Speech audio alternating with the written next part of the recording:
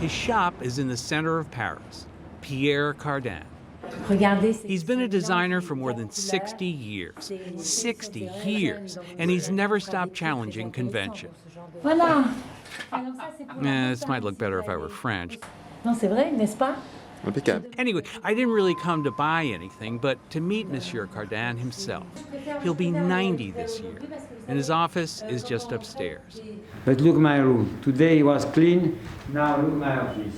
It's not really messy, it's filled with memories. He's been celebrated. The Time magazine. Yes, I see. He's known everybody. Jacqueline Kennedy. This is with Fidel Castro when I was in Cuba. And he was commissioned by the Beatles to design these suits. This is Pierre Cardin. His creations alone would have made him famous, but as a young designer, he took on the titans of French couture and changed the entire industry. But I'll come back to that, because now, nearly 90, he can't stop working. Today is more fancy.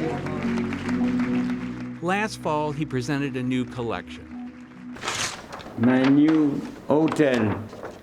You're doing a hotel? He's published a magazine, had foreign literature translated to French. I make so many things, in my life, so many. Given millions to promote young artists, and when France awarded him its highest honor, and Pierre Cardin. He designed his own sword. I drew myself. Yes. When I was finished one thing very well, I start something else. I don't like stop. I like to come to prove myself. I'm a gambler, He threw this party last year at Maxime's, one of the oldest and most famous restaurants in Paris. 30 years ago, when the original owners told him they wanted to sell, he bought it. In one day I decided, one day. Cost a lot of millions, a lot. He was actually born in Italy, Pietro Cardin. I was born in this window. His family came to France when he was just 2. He entered the business when I was 14. By the 1960s, Cardin heeft een speelse inval he was van Europa everywhere. uitgewerkt. His designs defined the decade. Just ask the executive fashion and beauty editor of Harper's Bazaar, Avril Graham. See, when I look at a dress like this, I think it screams what Pierre Cardin was about in the 60s. His love of geometric patterns, circles, that sort of space-age avant-garde that he was so famous for, and that very sort of futuristic dabbling with materials that were perhaps non-traditional, vinyls and PVCs and man-made fabrics. Because fashion must be tomorrow, for me. What is a fashion tomorrow, not yesterday? Because my fashion is very young in any case. Yes. Some dress cannot wearing by an old lady, I don't think ridiculous. So. Yes. But his career really began when he went to work for the man who would become his mentor, Christian Dior. I know a little bit the fashion, but Dior helped me what it is elegance, what it is a tradition in the same time. Dior was more classic than myself, Yes. Within a few years, Dior helped Cardin establish his own house. He was barely 30. You know, he just didn't suddenly arrive in the universe in the 1960s and go into that whole futuristic mode. His first collection that he ever showed was in 1951. Finally, Pierre Cardin. This is a man who had honed his craft since the early days. He understood the expert tailoring. He was an apprentice for a tailor. That was his very first job. Hein? Bien. Vous faites un tout petit régime. Oui. Un petit régime. Okay, but buying a jacket this way, finding something you like that's about your size, this is called prêt-à-porter. It means ready to wear. It's affordable, everyday elegance. And today, it's how millions of people can buy designer clothes. But designers in the 50s catered to the super rich.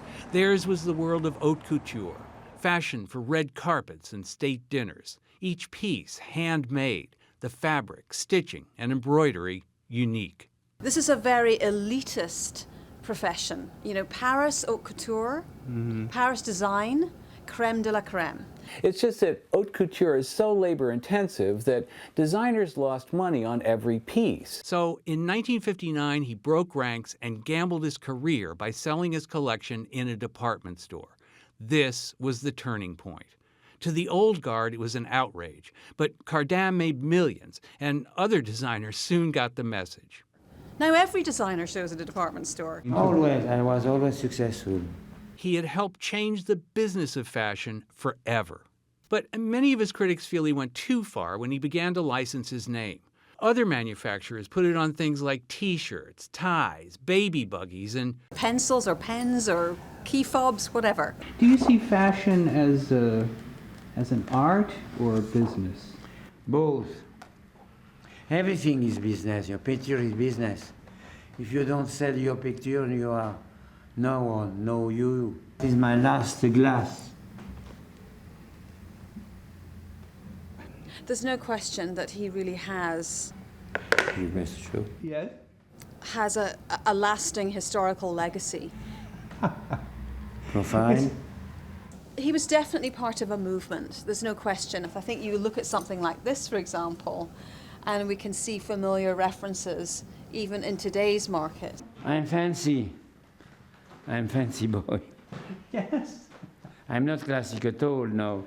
If I was classic, I don't have so many risks, in my life. so whether you think he's high fashion or low-brow, Pierre Cardin is the man who made elegance affordable. It's extraordinary life, yes. Voilà.